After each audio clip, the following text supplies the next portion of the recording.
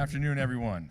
My name is Joe Ryan. I'm the Executive Director of the Crux Alliance, and I want to officially welcome you to the Charging Ahead session on global strategies for bus electrification. I have a number of people to thank and a few logistics, so I wrote them down so I wouldn't forget, so give me a second here. We are co-hosting this event with the International Council on Clean Transportation, the ICCT, which leads the Crux Alliance work on vehicle electrification and vehicle policy, and with the Institute for Transportation and Development Policy, ITDP, which helps cities around the world develop urban mobility systems for people and planet. We are also joined by our friends from the Drive Electric campaign, from the World Bank, from the U.S. Department of Transportation, and from New York Con Edison. So we'll hear from them in just a moment. And then I also want to thank our colleagues from the Regulatory Assistance Project and the Aspen Global Change Institute for both of their support for the event. And of course, we are very grateful to New York Climate Exchange for this wonderful venue. We look forward to having many more events here as you build out these facilities. It's just a great space, so thank you. A quick word about public transportation. I love buses and electric buses, man. They are the coolest. Every single presentation I do starts with a bus on the first slide. Because it's not just a climate solution, they are a social justice solution, they are an economic development solution, as well as public health and climate. And so I'm really excited about this marriage of electrification and public transportation. There is no greater work in our space. The Crux Alliance, just to give a quick note about us, we are an alliance of different organizations working on the electrification space, particularly in energy, and we focus on the top 20 emitting countries. We provide technical assistance to policymakers to help them essentially be bold in crafting climate policies for their sectors. Happy to talk more about that in the break and at the reception. So, logistics for today. We're going to have two panels. The first panel will highlight progress on bus electrification around the world. And then the second will dig into how we scale that progress and do even more. We'll take a 15-minute break at the end of the first panel. And then we will facilitate an audience Q&A after the second panel. So we'll do the first panel, take a quick break, come back to the second panel, and then open it up for questions. If you scan that access code for Slido, or that QR code, excuse me, that will allow you to ask questions through your phone, and we'll pull those up and present them to the speakers. I think that is everything, and then obviously at the end we'll have a reception. Okay, then with no further ado, let me introduce Heather Thompson. Heather is the CEO of the Institute for Transportation and Development Policy. She has been with the organization in one form or another for a better part of 15 years as a board member and then as CEO. I've had the pleasure of working with her all those years. She has done work across the globe with ITDP to bring solutions to cities and policymakers. So I'm going to hand off to Heather to get us going on the first panel. Heather.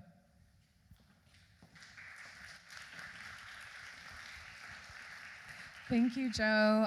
Such a pleasure to be here. We were worried that not enough people would get on the ferry to get here. We know if it was a bus, you would have gotten here for sure, but a ferry is a little bit harder. We know we're all big fans of the bus, but now we're fans of ferries too. So thank you all for making the trek and being here. We do have two panels today, and before calling up the first panel, I'm just going to do a very quick presentation to set the context, which will be useful for both panels, and then we'll call the first panel up, and I actually will be moderating both panels. I have the privilege of doing that. So I wanted to start by popular demand in describing a little bit of some of the takeaways from a report that ITDP did in partnership with UC Davis in the run-up to the Glasgow COP26 that we had a few years ago. And in the run-up to the Glasgow COP, there was a lot of excitement around electrification, and hopefully if you can put my slide up, that would be great. Just two brief slides. So in the run-up to the Glasgow COP, there was a lot of conversation around electrification. And at ITDP, we were really excited to talk about getting fossil fuels out of the transportation sector, and certainly excited to see so much momentum around electrification. But we had one question in mind, which was, how far can we get to meet our climate targets with electrification alone? And so we worked with UC Davis to do some modeling. And essentially what we found as a result of that study is that we could not get to our 1.5 degree targets with electrification alone. But what it said is we basically can't get to our 1.5 degree climate targets with electrification alone. But really that needs to go hand in hand with an emphasis on making sure that our cities grow in ways that are not sprawling, that we keep our cities compact and dense, that we emphasize investment in public transportation and walking and cycling and the connectivity of all of those uses, so that essentially we keep the number of vehicles on the road to a minimum and electrify the rest. And you know, that is so important for so many reasons. As we know, we have a huge challenge ahead of us to electrify vehicles. We also have a huge challenge ahead of us to green our grids. At the end of the day, all of those vehicles need to plug into a utility grid that is green. And we're certainly making a lot of progress on all of those things. But having electrification and a focus on compact city development and public transportation really work hand in hand to make both of the sides of that equation easier. In the end, it allows us to reduce our energy demand by 40%. Reduce our energy demand by 40%. It also allows us to save $5 trillion in infrastructure by 2050. We not only looked at the well-to-wheel emissions in the vehicles, but we also looked at all of the emissions that are embedded in the roads and the bridges that we build when we create our cities, which is something that's often left out of the equation. So that really adds up to be a much more emissions-driven equation. So what you see here is kind of a summary, and what that modeling was based on is the business as usual scenario, which you see in the top left-hand corner, and then three other scenarios. There is the vehicle electrification only scenario in the top right-hand corner. In the left bottom-hand corner, there's no electrification, just a focus on public transportation, walking and cycling. And then in the bottom right-hand corner, you see the benefit of those two strategies working together, compact city development and electrifying all of the rest of the vehicles. The circle in the middle is what is our actual carbon budget, and the solid circle in the very middle is our carbon budget if we're going to keep within a 1.5 degree scenario. So you can see the only circle that is smaller than that target is this green bottom right-hand corner. So that's the only way throughout the world we can get to our climate targets. And we have since, this study was so popular that we have since done scenarios, roadmaps for other countries, including Brazil, India, Mexico, Indonesia, Africa, many of the places that we'll be talking about today. And the picture looks even more strident in some of those places. If you go to the next slide quickly, this is essentially the same story, but using a line chart to be a little bit more clear. If you're a climate nerd like I am, many of the times we use GHG emission line curves to look at our targets instead. Just to give you a sense of how this translates into certain countries' scenarios, because sometimes I think those numbers can seem overwhelming. If we're talking a place like the United States, most people think the United States is such a sprawling place, there's no way we can ever have that much density. Well, the assumptions under our model for the United States was assuming the type of density that you have in a place Los Angeles, not New York City. We're not expecting New York cities to be everywhere in the US. That's not possible. But density of a place like LA, that's possible. So it's not out of the realm of what we can do with regulations. To give another example from India, which I know we'll be talking about a lot today, the challenge is tall. What we have estimated that we need is 2 million buses, new buses by the year 2050, which would make it 360,000 new buses by the year 2030. But we're on our way to get to that point. We already have a tender of about 20,000 buses happening. So we'll tell you a little bit more about how these types of programs can truly reach scale and the kind of scale that we need. So this kind of says the same, looking at a line chart instead. Again, our carbon budget is within this blue area. If we want to stay within that, we need to be on the green line. The business as usual case, if we're just going along as we are now, we're going to completely blow that budget with the red line. And then this yellow and orange line show what we can get, again, if we only use electrification or only high shift, and it's really only that green line that gets us within our carbon budget. So again, with that as context, let me call my first panel to the stage, again, to tell us a little bit more about some of the cases from around the world and the progress that we're making. So I'll call onto the stage Monica Araya first. And if you can just come up as I say your name, that would be wonderful. Monica is joining us as a native from Costa Rica, but currently living in Norway.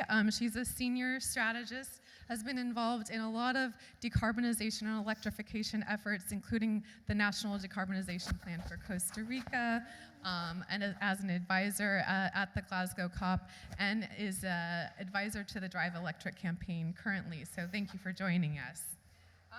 Let me next call Amit Bhatt to the stage, who is joining us all the way from Delhi, India. Thank you so much for making the long trip.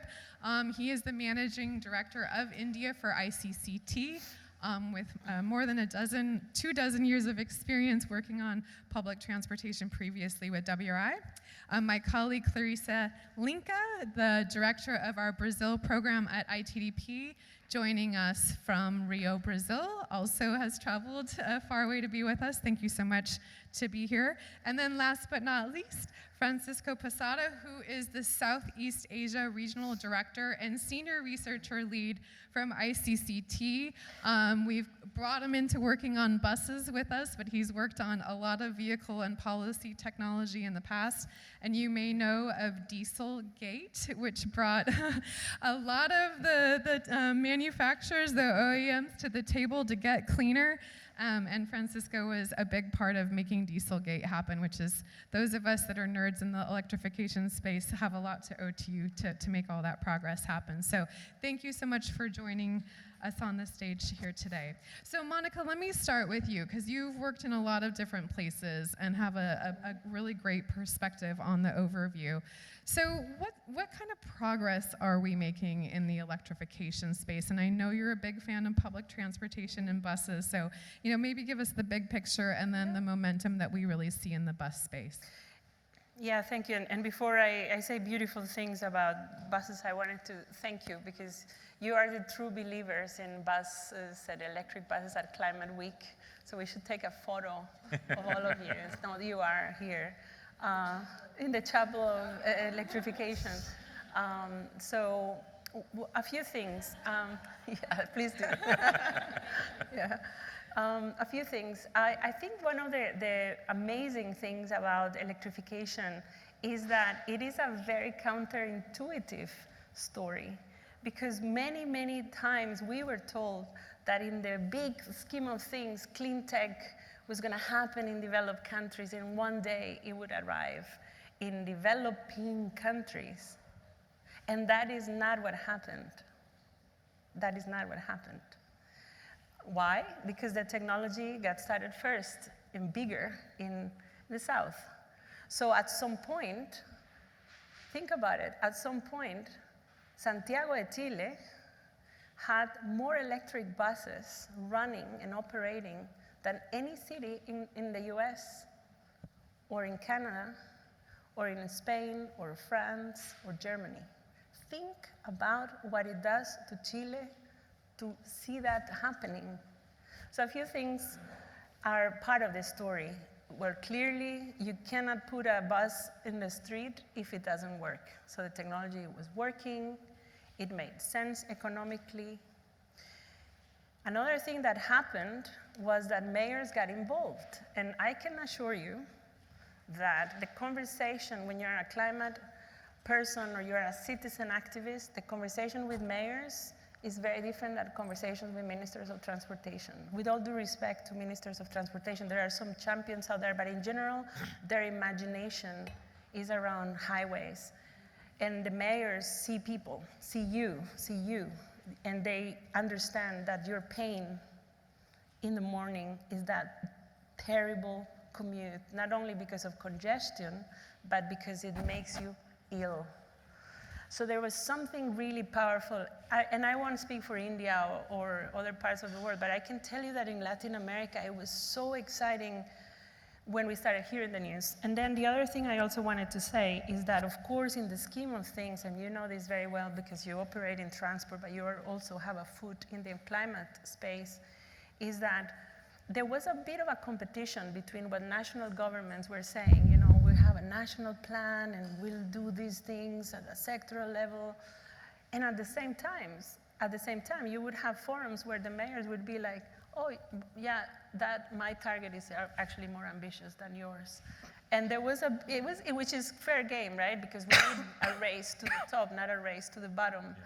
So the point with this is that, of course, the Paris Agreement was a common language that you found between a politician that had to think of a national decarbonization plan, which is very abstract, and people fall asleep and they don't believe in it.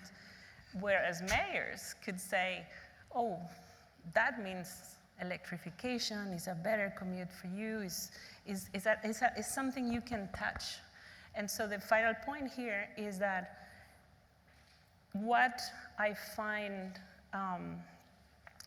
that the story that needs to be told is that in Latin America, we would not have been able to do what is happening in Medellin, in Bogota, in Panama, in Quito, and many other places without the technology coming from China, because the technology is not coming from Europe, and it's not coming from the US. So I just want to put that on the table to give you a feel of how counterintuitive this was, and that is why now we are here, and I look forward to hearing more about others.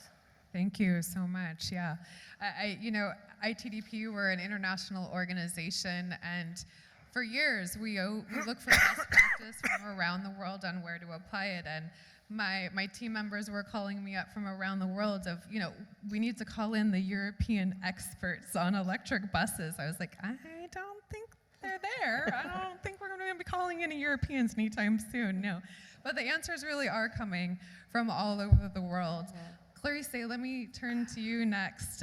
Brazil, traditionally a bus manufacturer, exporter, maybe a little bit late to the game, but coming in strong. Can you tell us a little bit more about the things that are happening in Brazil? Yeah, sure. Hi, everybody. My voice is like this today, so I'm sorry for that. I would like to thank you all for being here and for bearing with me, and to the Crux Alliance for this invitation. I think there is really an interesting momentum going on in Brazil, and it's great to share this if I manage to come to the end of the panel. But I think there is a big picture in Brazil that, of course, transport is one of the key sectors responsible for emissions. Half of the country's energy emission comes from transport, and this number has grown by 5 times in the last 5 decades. With all the recent extreme events in the country, we have also seen the government has been extremely aware that there is an urgent need to retrofit our cities and our urban systems. In the last couple of weeks, we had many fires and many droughts and heat waves. Cities like São Paulo had last week the worst global air pollution. And this is the reason why I have this voice today, no kidding. And this is increasingly our reality, which I think has been an important reason why we have seen this momentum going on with a big federal government push. So we have seen increasing funding and subsidy, which is a very important enabling policy, of course. So yes, mayors are important, but I think for a movement at this scale, we need the federal government involved. And public transport has been always understood as a municipal issue in Brazil. And so changing this approach is something important. In 2024, the country has allocated funding for over 2,300 electric buses in 61 cities. And we expect that for 2025, the government will maintain this level of investment, and probably by pursuing aggregated or coordinated procurement, which would really help moving at this scale. I think also there is a visible movement in the industry. So maybe we can hear more from the ICCT colleagues, but the e-bus industry is advancing very rapidly. Several manufacturers already have buses with the adequate specifications for what we need. The Ministry of Finance has pushed on an ecological transition plan. The Ministry of Industry with a new industry program, so there is 60 billion allocated by 2026 to catalyze the industry transition for green industry overall. And it is said, at least, that it aims to elevate the country's production for a sustainable transport sector as well. And I think there is finally the Mover, which is an incentive program for the automotive industry, and there is a promise that by the end of 24, it will also, the scope of Mover will also include heavy-duty vehicles, and we see it as an opportunity also to boost synergistic gains with buses, trucks, and private vehicles. So I think considering all the studies we have done, and other colleagues from C40 and other organizations, we expect that the country can electrify about 11,000 to 12,000 buses by 2030. So who knows that Brazil has a potential to become really the leader in Latin America, and I think this is always something important for the so-called Global South, to be a leader in change, in particular in places where we have such a dramatic social inequality and where solutions like public transport can really help us change the game. So this is what's going on right there. Oof, I managed to. Thank you, Clarice. Sorry. The worst thing is she's like, I'm not ill. I'm really not ill. I just can't speak because of air quality due to climate change, fires in Brazil. So we're so sorry. Being Californian, I've felt the fire throat as well. The forest fires are definitely a strong signal that things are not right. Well, I'm so glad that you brought up Brazil. I think, seeing Brazil make a radical shift is huge, not only for Brazil, but again, it's a real signal for all of Latin America that really has always been a leader in public transportation and the use of buses. And also for bringing up the point on the equity issue, which of course I should have brought up to begin with. But, investing in public transportation is not only good for climate, but it is good for people. It is the most cost-effective way to move people around. Most people on the planet actually walk to get from A to B, but if they're going to take some form of transportation, it is most commonly the bus. So we need to keep that at the forefront of our agenda. Amit, let me turn to you next. Clarice mentioned kind of the desire to get into manufacturing of buses, and certainly that has been a huge driver for India to be a big mover in this space. And again, we estimated 2 million buses by 2050. That sounds like a huge number, But there's already a huge tender going on. So can you tell us a little bit more about the exciting things happening in India? Yeah, I think so. A couple of things that have happened in the last couple of years, at least in India, which has really changed the whole conversation on buses and electrification of buses, right? So Delhi, the city where I come from, has about 2,000 buses running, all electric. And the plan is 80% electric by 2025. And we are looking at 80% out of 10,000 vehicles that they will have. And then Mumbai, another city which is looking at fully electric by 2030. So we are seeing cities after cities coming up with fairly ambitious plan for going electric, which is very different till about a couple of years back. Because on one side, a lot of cities had come up with CNG buses as a narrative that CNG being clean, which we know it is not. But I think there are a few interesting things that have happened which has really changed the whole conversation. So if you look at the whole public transport journey in India for last almost 2 decades, public transport had become synonymous with metro. And we know metro are important, but then metro alone will not deliver the public transport. And there's a lot of fascination for doing metro, even if it means 5 kilometers, 10 kilometers of metro project. And for whatever reasons, buses, though the numbers were in our favor, the image of bus has taken a huge beating in the last couple of decades. So politically, it's a very difficult sell, it was a very hard sell to do buses. But a lot of it has changed since the electric buses came into picture. And so I said, there are 3 important learnings which we have seen from India, and which is now we are seeing the massive scale which is happening. One, there is absolutely very strong push for electric buses for public transport at national level. So last year we came up with PM e-bus scheme, which before it came out was supposed to support all fuel types except electric. But when the scheme came out, it is only supporting electric. So massive shift. And this becomes the central government. Second, we have seen is that if you aggregate demand, you can drive down the cost. So what we have seen previously, a lot of cities will come up with tender of 50, 100 buses. And the OEMs will take them for a ride in terms of the price point. But once you are aggregating demand from, let's say, 8, 10 cities and demand numbers are in 5,000, 6,000, 7,000 buses, you are really able to get a good deal coming out from the OEM. So I think demand aggregation is a very interesting case example from India, which has massively brought down the cost of the buses. And third is the support in terms of operations of buses. So somewhere in 2007-8, the country came up with financial support for procurement of buses in the JNURM program. And we saw that a lot of cities bought the buses because it was being supported by national government, but they were not able to operate buses because the bulk of the money goes into operation of buses.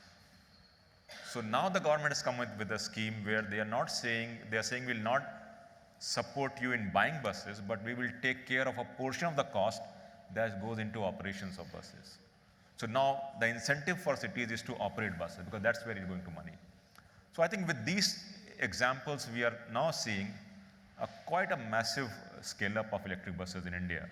And that is very important, as you said, not only from climate public health, but also from equity conversation, because if you look at the workforce participation rate in many cities, in fact, it is much more lower than the national average. And one of the main reasons why we are seeing a lot of less women workforce participation is the access of transport. With public transport, we are seeing that also changing in Indian cities. It's amazing. Yeah, it's so many people don't have access to transport, and women in particular, because of safety concerns, security concerns. So really paying attention to women, 50% of the population, more or less. If we can make sure public transportation is safe for them, it's a huge win for our mission. Francisco, let me turn to you next. Again, Southeast Asia Director for ICCT, and you were recently in Indonesia. Yep. Just returned. Can you tell us about some of your observations as they ramp up e-buses in Indonesia? Sure. Yeah, a lot of interesting developments are happening right now in Indonesia and also in Southeast Asia in general. We had a couple of conversations that were very eye-opening about the impact of the electric bus transition and how the transition to electric buses is opening the door to also considerations of electrification for other segments that are also very important when we're looking at the pie, the greenhouse gas pie that you were showing on the heavy-duty side. So because the city of Jakarta has shown so much leadership pushing for electrification, there is a sense that the technology is available, that is there, that is it is a reality, and that is opening the door to basically the transition to heavy-duty vehicles, the consideration for heavy-duty vehicles. And what they want to see is also demonstration projects, these type of demonstration projects translated to other technologies. So we have a very productive conversation with the Ministry of Energy on that regard. They want to see, they saw what is happening with Transjakarta. The electric buses are fulfilling the operational needs that the old diesel buses use or are generating, are able to deliver today. So there is that sense of confidence in the technology. So the conversation about let's say one of the main challenges for bus electrification is the technology. That barrier is coming down dramatically. There is no more concerns of if the technology can deliver. It is proven that it can deliver. And the second consideration is that it is also opening the space for new businesses opportunities. So now there is an organization, a company that is building electric buses in Indonesia, and is being part of the latest procurement processes. So recently, Transjakarta ordered 200 more buses to join the fleet of about 70 they have right now. A fraction of those is going to be produced by this local Indonesian company, so that we can talk about jobs and economic development within the country, which is also very important, maybe similar to the situation in Brazil, where there is a local automotive industry that can benefit also from that transition to electric buses. So that's let's say the highlights is. They also mentioned the challenges still to increase or to accelerate. The city has a target for 100% electrification by 2030, and at the national level, the Ministry of Transport has a target of 100% electrification by 2040 of 40 main cities, 45 rest of the country. So they have ambitious targets for electrification, and that's it is doable as long as a couple of barriers on the policy side and on the financial side. The total cost of ownership of the electric buses is still difficult. We have been working as technical advisors with ITDP as well as partners, advising Transjakarta, advising the city on how to address these points in terms of reducing the TCO by extending the contract duration for these electric buses, or have preferential contracts for electric buses, which actually is an idea that came from Latin America, because it's a story of new business models for electric buses in Latin America. So that also points to the beneficial aspects of having this type of conversations where south to south type of communications can be very helpful for the new regions. Great, and maybe we can draw upon some of those examples as we try to exchange lessons. But yeah, total cost of ownership is one of the big questions, right? And is an electric bus cheaper or more expensive to run? In general, cheaper if the business model underneath is set properly, right? So a big question there.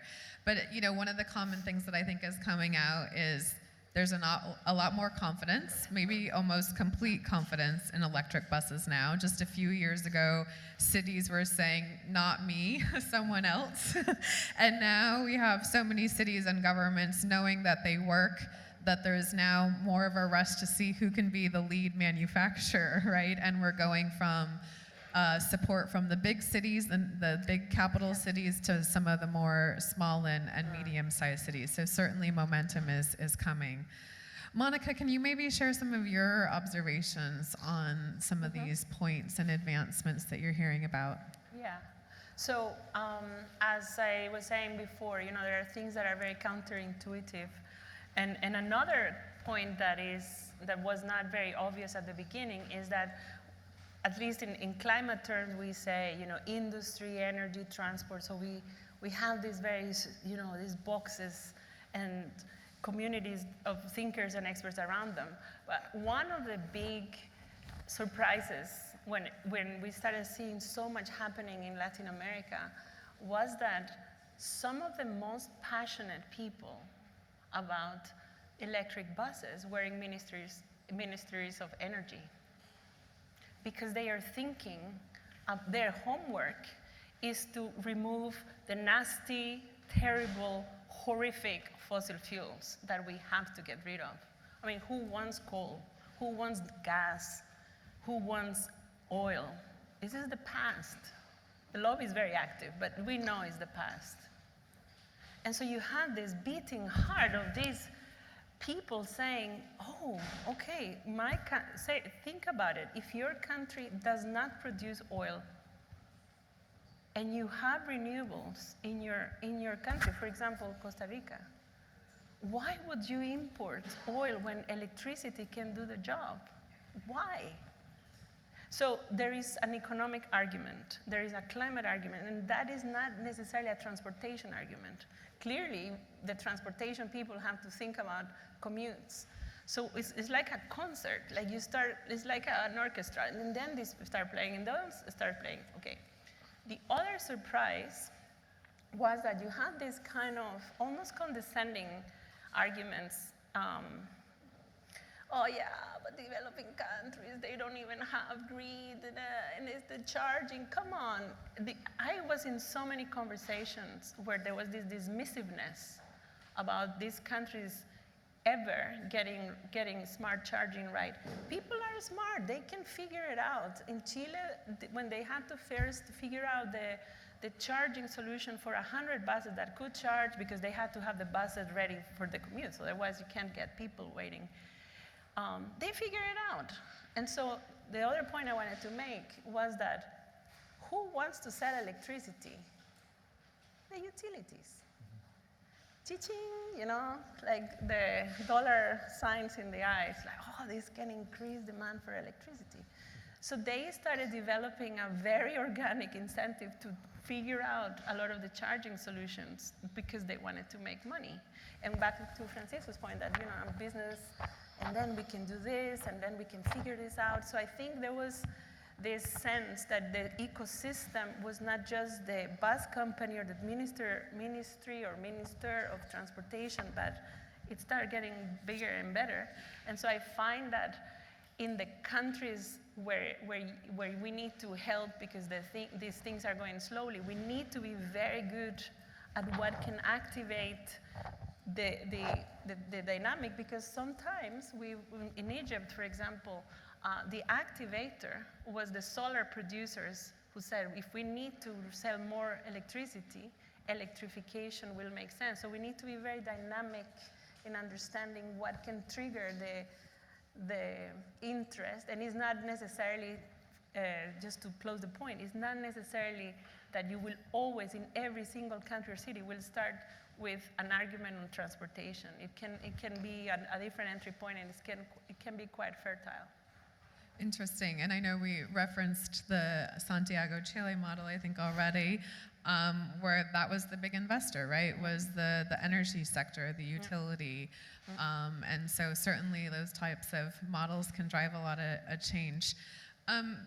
Clarissa, you kind of give a little bit of reference to some of the thinking of the changing around the business model. I don't know, maybe that or some other things that you see that we're borrowing from other countries and applying to the case of Brazil that are really moving things forward? Yeah, sure. I think there is one important point that it's quite obvious for us, but I think for the cities is an important lesson that we are trying to take it further, that we're not talking about just replacing vehicles. Of course, we are talking about building a whole new infrastructure, engaging new players like the energy sector, and rethinking the system overall, right? The 61 cities in Brazil that had their request approved by the federal government to procure buses, the majority of these cities, they did not, and they stated that they did not have a comprehensive understanding about what was needed in terms of investment for the electric charging strategy and how the charging strategy would impact the operational plans, right? So I think there are many challenges, and it's really a great opportunity for us to rethink about the public transport overall. In most countries, this has been, in Brazil, I can say, precarious service, really losing passengers. So how can we use this opportunity to reposition the system? And ITDP has been really at the center of this effort, trying to connect all these different stakeholders, identifying all the bottlenecks, and identify the capacity building needs. For example, recently we conducted a capacity building training. We had WI and ICCT also as partners, helping these cities that have now to procure on, and based on lessons and on best practices from elsewhere, on thinking, on understanding, okay, what are the bus standardization requirements that we need? What is the national content rules for compliance so that these buses can be bought with the federal funding? What is the technical knowledge needed for developing bus specifications for different cities? Modeling the public bid for this type of systems as well, definition of the charging strategy, operational plan, revisions, and fleet management. I think also there is a second lesson, which is quite obvious, and I think we've been talking about demand and about the supply side as well, the industry side, which is having the demand alone. Even if it's clear, we understand that it might not be completely enough, right? I mean, mandating a transition in a specific city concession, for example, São Paulo has a bus concession. It's the largest bus concession in the country with 16,000 buses. And it has a specific set date, electrify half of this fleet by 2030, the complete electrification by 2038. And this was possible because there was an alignment with the city's climate plan. But there are some challenges, and we see how the need to integrate the local content into the bus production, with the manufacturers meeting a minimum percentage of local components, makes the process much slower than what we expected. So the demand is high, it's clear. Supply capacity theoretically is there, but it's still slow. So we need to see how we can support the cities on that. And I think there is one last point, which I think connects a little bit to one point mentioned by Monica, but it is an opportunity for us to see this as investments in areas that, like in poor areas, in peripheral areas. So in countries like our countries, like Brazil at least, where we have a gigantic social spatial mismatch between peripheric areas and central areas, but where the majority of users are in the periphery, they are much more exposed to pollution, right? Because they use much more of the system, they spend long hours waiting, that's where most trucks pass, that's where the bus depots are. So these are the areas where we need to prioritize investments, but normally these are areas that lack adequate grid.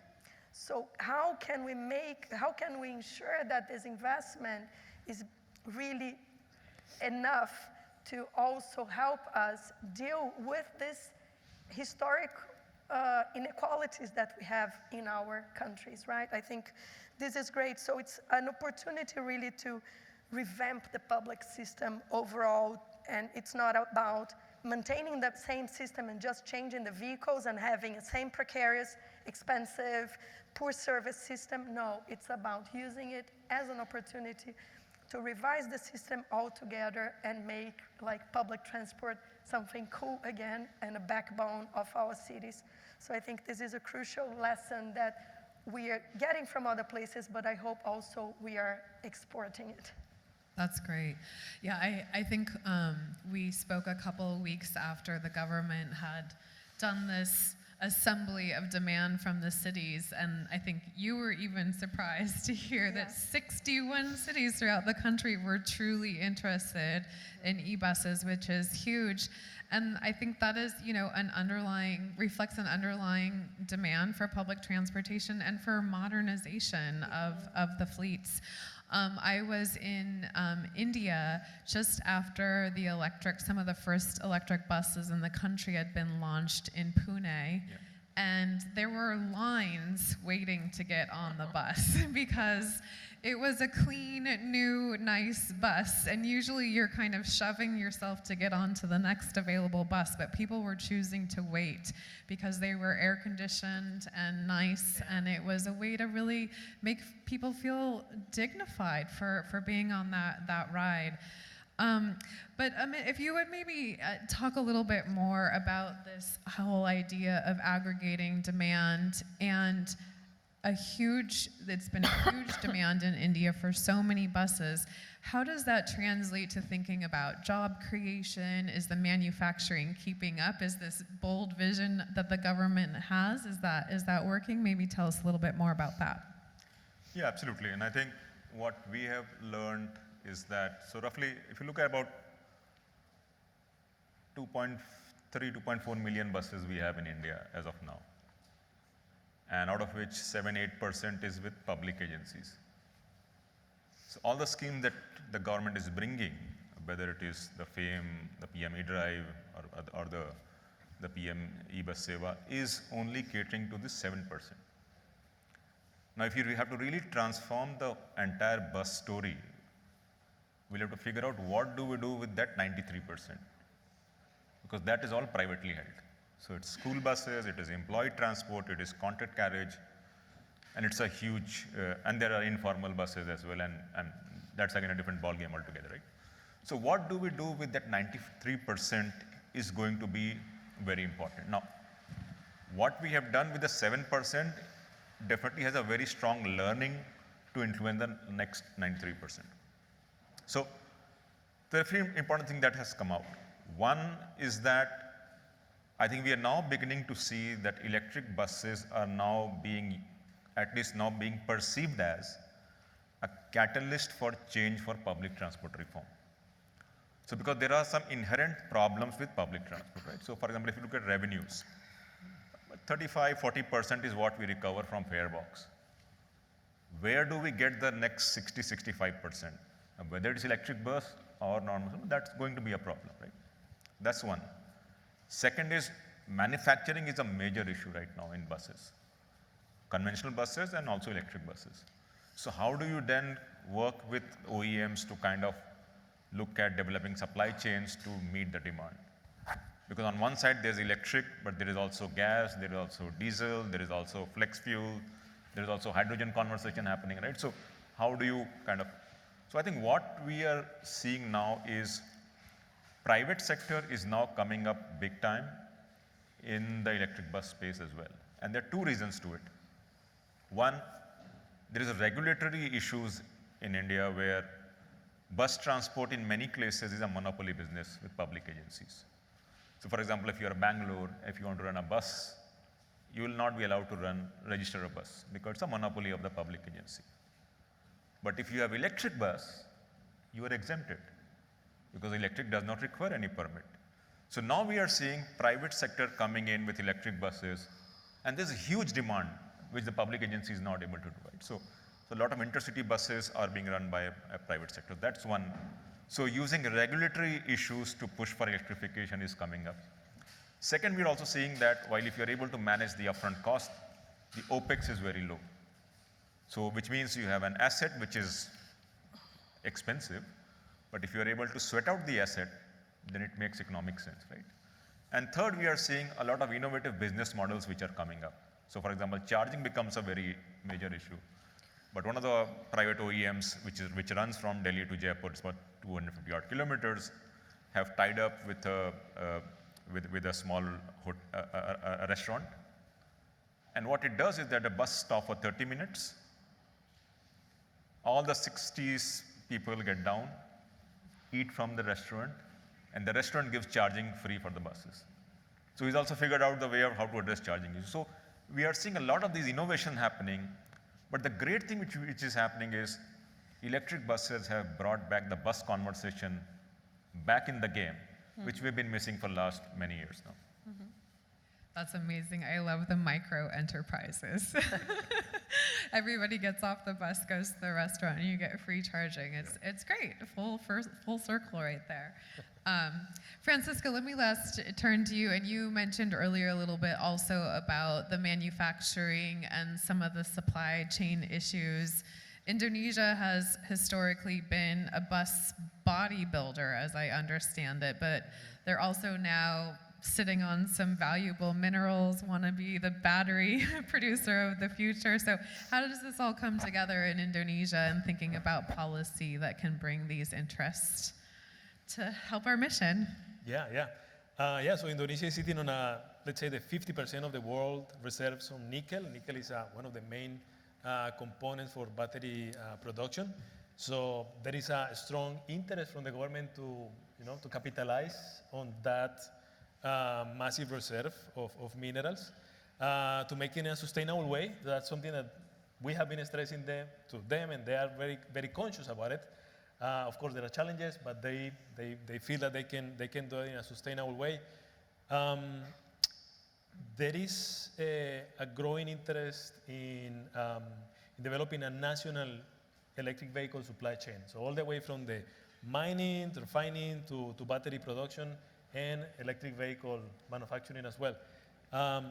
Right now, it is a combination of Chinese and Korean investments. They are coming, they have the technology, they are electric battery manufacturers, and so they are the ones who are starting with the technology already available, and the vehicles are built in Indonesia. So we see a company like Hyundai right now in Indonesia is selling 20% of their vehicles are electric, which is a huge share of their market. This company that we approach, that is a leading company in electric bus manufacturing, is using Chinese components to, they bring the CKD, the complete knockdown components, and they build, the bus directly in Indonesia with these Chinese components, and they see that there is a business case to be made. They are looking not only at buses, they are looking also at trucks. There is a huge interest on mining trucks. The reason for mining is because they don't have the issue of fuel subsidies. So fuel subsidies apply to on-road vehicles versus off-road equipment. They don't have access to that type of subsidies. So the business case is there already, like from today. They can, it's more cost-effective to own and operate an electric truck for off-road operation in a mining operation, a plantation, than a diesel vehicle today. So this is opening possibilities for the electric transition. Another interesting aspect is on two-wheelers. So two-wheelers in many global south countries are also part of the public transport ecosystem. They are serving as Ubers, basically, so, ride-hailing services. So there are big companies right now in Indonesia and Southeast Asia that are investing in providing the ride-hailing services with electric motorcycles, where they will install battery swapping stations. Very convenient. It just takes a few minutes to get the motorcycle again running, and they basically lease these vehicles to the operators to great success. So they have been growing in numbers. Right now there are 2,200 such battery station systems in operation in Indonesia. A lot in Jakarta, a lot in Bali. Bali is one of the more progressive leading regions in Indonesia for electrification. So these are some of the examples of electrification that are happening as well, not just on the production, but also on the other phases of the public transit electrification. Taxis, the biggest company, Bluebird, is also investing in electric taxis for services. So there are cases here and there that start popping up, showcasing the potential of this technology to be yeah, the basis of the technology in the future. The future. That's Yeah. great. Yeah. I think it seems to me Indonesia is kind of pulling a card from the deck of China on policy. China, as we all know, is the leader on electric vehicles, and they really focused on investing in their public fleets first. So their taxis, their ride-hailing fleets, and most importantly, their bus fleets. And that really is what enabled them to advance their battery manufacturing sector, which all sectors now have, and even countries are benefiting from that. So yeah, it's great to see Indonesia taking that lead. We need to wrap, but I want you, please, each, to maybe just give us the one sentence on the thing that you think is necessary to get towards even greater progress on electrification. In no particular order, whoever has a burning idea to share first. Monica, I see it formulating. We need to connect this conversation with the conversation of ministries of finance, because there is not enough money and there will be a lot of competing asks, but this one is one that meets climate, it meets social justice, it meets so many others. So I think we need to make the case, and the case is this: stop subsidizing fossil fuels. Use that money for public transportation that is electric and dignifies people's life. Great. Yeah, I think financing is probably the biggest bottleneck to scaling up, especially when you look at private sector. So one is the high upfront cost, but there is also a favorable, unfavorable risk-reward ratio. And then there's always a question of what happens with the resale, with the prices coming down of batteries. So the asset, so I think how do we unlock the financial bit conversation is going to be very important for private sector uptake. Great, thanks. Yeah, I mean, of course, finance, but I think adding to that, we need to really push our countries to adopt more ambitious goals, climate goals. I think that at least in the case of Brazil, lots of organizations from the civil society is really looking at that. I mean, we need to be more ambitious and also think about public transport and active transport as a climate solution, not only to mitigate, but also to adapt our cities to the new norm. The new norm is full of extreme events, right? We are gonna be experiencing extreme events week in, week out, different types of extreme events. We had already a couple this year in Brazil, very dramatic. So how are these systems also gonna be helping us adjust our cities to this future scenario? Thank you.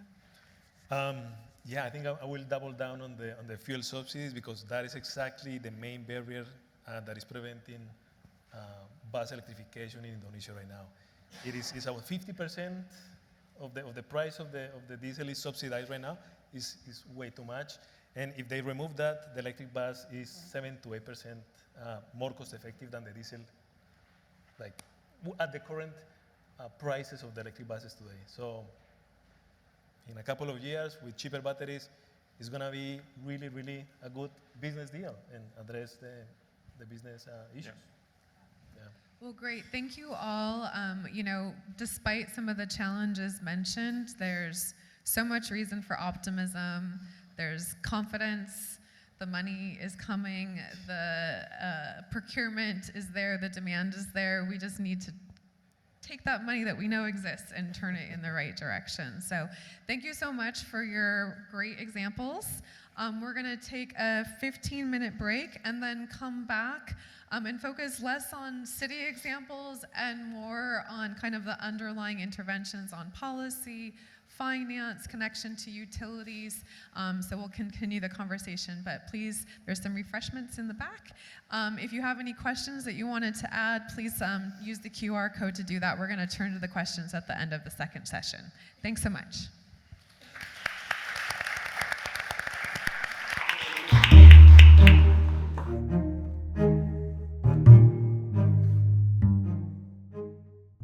Thank you so much for coming out to Governor's Island to join us.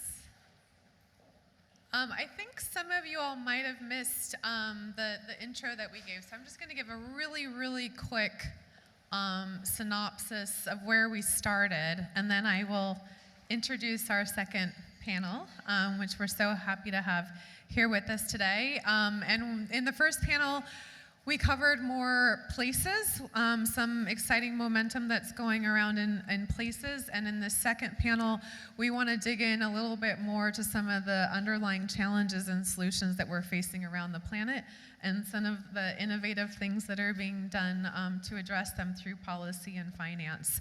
But again, just to set the context, I'm joined here on stage by a number of partners within the Crux Alliance, partners of ICCT and ITDP.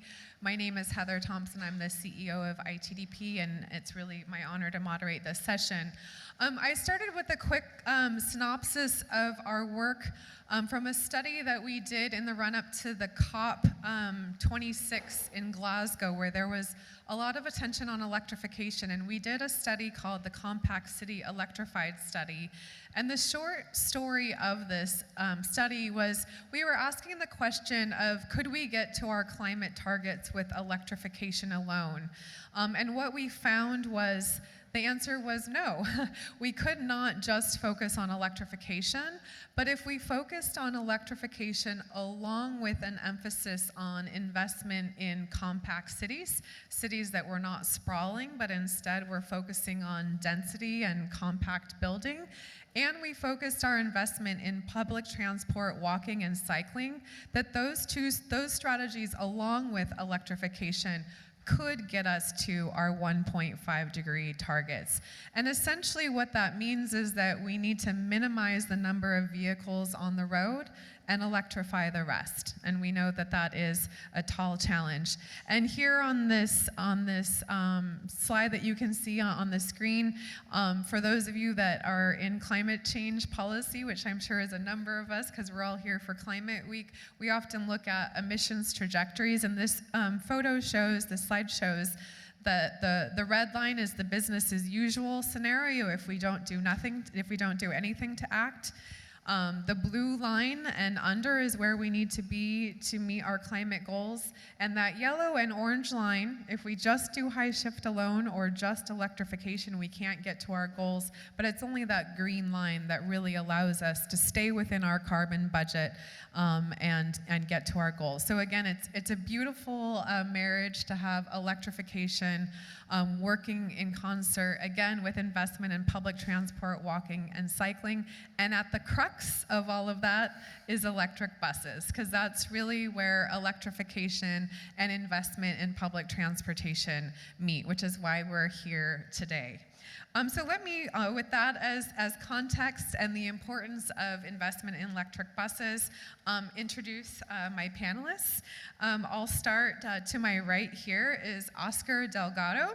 Oscar is the Heavy Duty Vehicles Program Lead for Latin America and India for ICCT. He also co-leads the ZEBRA program, which focuses on zero emission buses in Latin America along with C40. So a lot of knowledge on electric buses and momentum around electric buses to share with us. Thank you so much for being here. To his right is Anne Shikani. We're very happy to have Anne here with us today. She's the Deputy Assistant Secretary for Policy for the U.S. Department of Transportation. And under the current Biden administration, there's been huge investment in public transportation and electrification through the Bipartisan Infrastructure Law and the Inflation Reduction Act, which Anne has been a big part of focusing on for implementation, both, of course, for climate change, but also for the great benefits that they bring to communities. So excited to hear more about how those programs are being applied. To her right is Nicholas Pelletier, who's the Global Director for Transport of the Global Department of the World Bank within the Infrastructure Vice Presidency. And the World Bank has been doing a huge amount of work around the world to really advance financing for e-buses as well as the infrastructure that underlies them. So excited to hear about that. And last but not least, really where the rubber hits the road and those e-buses get plugged in, we have Allison Kling joining us, who is the Department Manager of e-mobility infrastructure programs at Con Edison. And for those that who don't know, Con Edison is the electric utility provider for New York City and the greater region. So we have examples going from all the way from global to the US federal department to the local situation in New York. So a great variety of experience to share with you all today. So again, thank you so much for being here. So let me start with you, Nicholas, since you really have a kind of a global purview and are seeing the trends in the e-bus space change. Maybe you can tell us a little bit more about the World Bank's experience in really going to scale with e-buses, some of the bottlenecks that you see around the world, and of course I'm guessing that you're coming at this from more of that financing perspective. Thank you very much, Heather, and I'm very glad to be part of this conversation because we definitely observe a very clear trend globally in favor of electric buses. And I was listening with a lot of attention to the previous panel. I'm going to repeat some of the things that were said, and I can just concur with many of the arguments that were made. At the World Bank, we finance mobility solutions in the Global South. We work with government. We currently work with about 40 countries over the world on their e-mobility agenda. And that can range from many different things. I mean, from more upstream type of work. I mean, we have government approaching us to ask us, does it make sense to engage on e-mobility? Are we ready for it? I mean, was the decision tree to engage on those kind of policies? Or we have governments that are more advanced in their thinking, where they want to work on a specific piece of policy or legislation, or even they are even more downstream. They want to work on a specific investment program that can typically includes the development of electric bus, the acquisition of e-buses as part of a mass transit investment. So we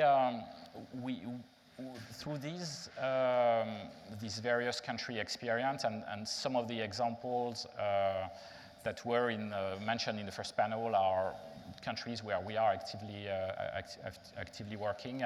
I can see at least three bottlenecks that have to be overcome when engaging on, especially from the perspective of a country from the global south on e-mobility. The first one is to make the economic case for e-mobility. There are a lot of counter arguments that sometimes are raised. Countries are not ready, this is too complex. First, we need to clean the grid before electrifying transport. I mean, there are all these arguments that have been raised.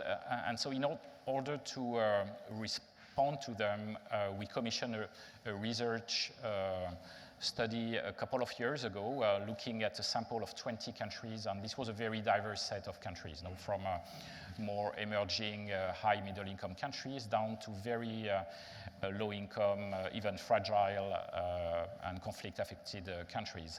And the conclusion that we presented at the COP 2 years ago in Sharm el-Sheikh, COP27, were quite interesting because when we monetize the benefits of electric buses, when we strip out all the fiscal distortions, and there are many, we found an economic rationale for two market segments of electric vehicles.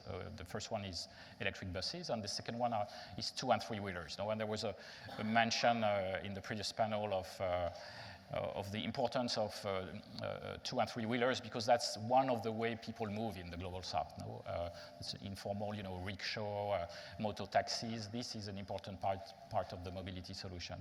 And so in 80% of the countries that we research, there was an economic case for e-buses, and in 90% there was an economic case for electric 2- and 3-wheelers. So I think that bottleneck is kind of addressed. Now, the second bottleneck that we've been facing, I was also mentioned earlier, is this issue of the high upfront cost of e-buses. Now, obviously, The advantage of e-buses is you recover part of that investment during operation because the operation cost and the maintenance cost are lower. But you have to overcome the upfront cost. And I think there are some solutions to that, and the example of India that was mentioned earlier is a really, really interesting one. And I just want to repeat the ingredients of the India experience, because this is something that I think we need to bring to other countries, and we are trying to do that, especially big federal countries can replicate that. This aggregation scheme, instead of letting every single city or every single state procure their small batch of buses, if you aggregate that demand at the national or the federal level, and then you tender this globally, I mean, you can generate really enormous economies of scale. No? And the second ingredient in the India model was the fact that those tendering were awarded based on the TCO approach. No? And that also, basically what India was asking to bus providers is and bus operators is give me the annuity that you need to be paid in order to operate those buses over the lifetime. And the result of this was actually quite amazing, because for the first time, when they procured 5,000 buses at once, they were able to get below an annuity payment for the diesel equivalent. Now, so there are these kind of solutions that exist to overcome these challenges, and it's really, really important to disseminate them. And then the third element, very quickly, is the risk perception for e-mobility. There are a lot of private stakeholders, financiers, who consider that e-mobility is too risky, that the asset is not strong enough to be used as collateral. And so there are some way to overcome those bottlenecks, for example, by separating the ownership from the operation of the buses. I mean, that's what Colombia, Bogota, Rio have done. You create an asset management company, you buy the buses, and then you lease them to operators. That's one way also to mitigate that risk. No? Great, thank you. Yeah, some really great examples, and I'm glad that you brought the India procurement model up. I think Brazil's already trying to copy that, and I think a lot of other countries are to bring the cost down. And then also this idea of a new business model where you separate the battery and the bus operations, and because they have different risk profiles associated with owning and operating them. So to separate them and finance them separately makes a lot of sense. Oscar, I'm going to turn to you next, because you also have a bigger world view, purview with your programs that you're working on. And maybe you can continue to touch upon this financing angle, but bring in a little bit of how policy needs to underpin this and how we can use policy to drive those programs forward. Sure. Thanks for the question, Heather. Thank you very much to the Crux Alliance for the invitation. I'm very glad to be here and with these panelists. I'm going to seize the opportunity and get some free publicity for our ZEBRA program, Zero Emission Bus Rapid Deployment Accelerator. It's a collaboration between the ICCT and C40 Cities, which is a climate leadership group by the mayors. Some of them are here. And we have revamped our platform in which we track the e-bus deployments in Latin America along with the greenhouse gas reductions. So if you may go to ebusradar.org or just Google ebusradar and take a look, I invite you to do so. So moving on to the question, how policy design could unlock finance. I guess I would like to start with the need to have a goal. Investors need long-term certainty and need a scale. Scale facilitates things. And setting a bold goal, it could be a country, a national level goal, or a city-specific goal that announces that internal combustion engine is going to be phased out at a given year, or alternatively we're going to have 100% zero-emission vehicle sales at a given year. That's a very powerful message, and that, let's say, is the writing in the wall that allows the ecosystem to develop. And it really activates the actor. It's like the activation energy to kickstart the process, let's say. So that really helps. As an example, for a nation, I would say, let's say we have soft commitments. Let's say we have, for example, the National Electric Mobility of Chile, the National Electric Mobility Strategy, has a target of 2035 for all transit vehicles, public transit to be electric, to be zero-emission vehicles. In some places we have laws. So in Colombia we have the 1964 law, which is a purchase mandate for the public transport systems to purchase growing quotas of electric vehicles, starting in 2025 with 10% and ending in 100% by 2035. And Colombia is working with a in a co-financing mechanism, so the nation subsidizes 70% of that cost. At a city level, we have Sao Paulo. Clarice mentioned the Sao Paulo example. There is a climate law that really helps because it's a law that needs to be complied with. So the concessionaires, the bus operators need to reduce 50% by 2028, 100% by 2038. They had kind of these great plans to electrify, and at some point the pandemic got in the way. But thanks to C40's diplomacy with the mayor got bold, and the city has banned the purchase of diesel buses to comply with this climate law. And the target is 2,400 buses by the end of 2024. We are not there yet. We're like at 200, but it's a really great step. A second, I would like to also mention the Santiago example. I guess Nicola mentioned the business model. So I guess the role of the government is to create the enabling conditions that reduce the perception of risk and reduce cost. So the business model in Santiago works wonders. Let's say that's the benchmark city in Latin America. 1/3 of the fleet in Santiago is electric now, and they recently issued their first ever tender that only allows for electric buses. And the business model really allocates risk to the entities that could absorb it better. So they have like the asset owner that has kind of the financial muscle and could negotiate better prices and better warranty conditions with the manufacturers. So this entity absorbs the financial risk and the technology risk. The operators are there to do what they do best, which is operate the buses, maintain them, and offer a quality service to ensure that ridership is there. Like we need quality because we need ridership, and that is kind of revenue for the system. And the government role is they are providing financial guarantees. So the investors, the e-bus purchasers, the asset managers, they have certainty of payment. And that really, really reduces the perception of risk and allows these to happen. Stop there. Thank you. Great, thank you. Yeah, we hadn't touched upon that part within the Santiago model, so thank you for bringing that out.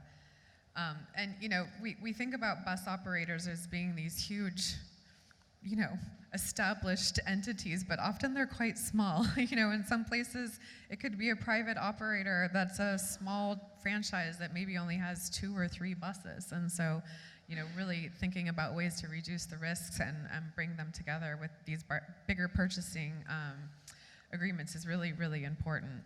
And let me turn to you next. Again, this idea of coming together on procurement is so big. I was in a small city in Colorado in the middle of the United States.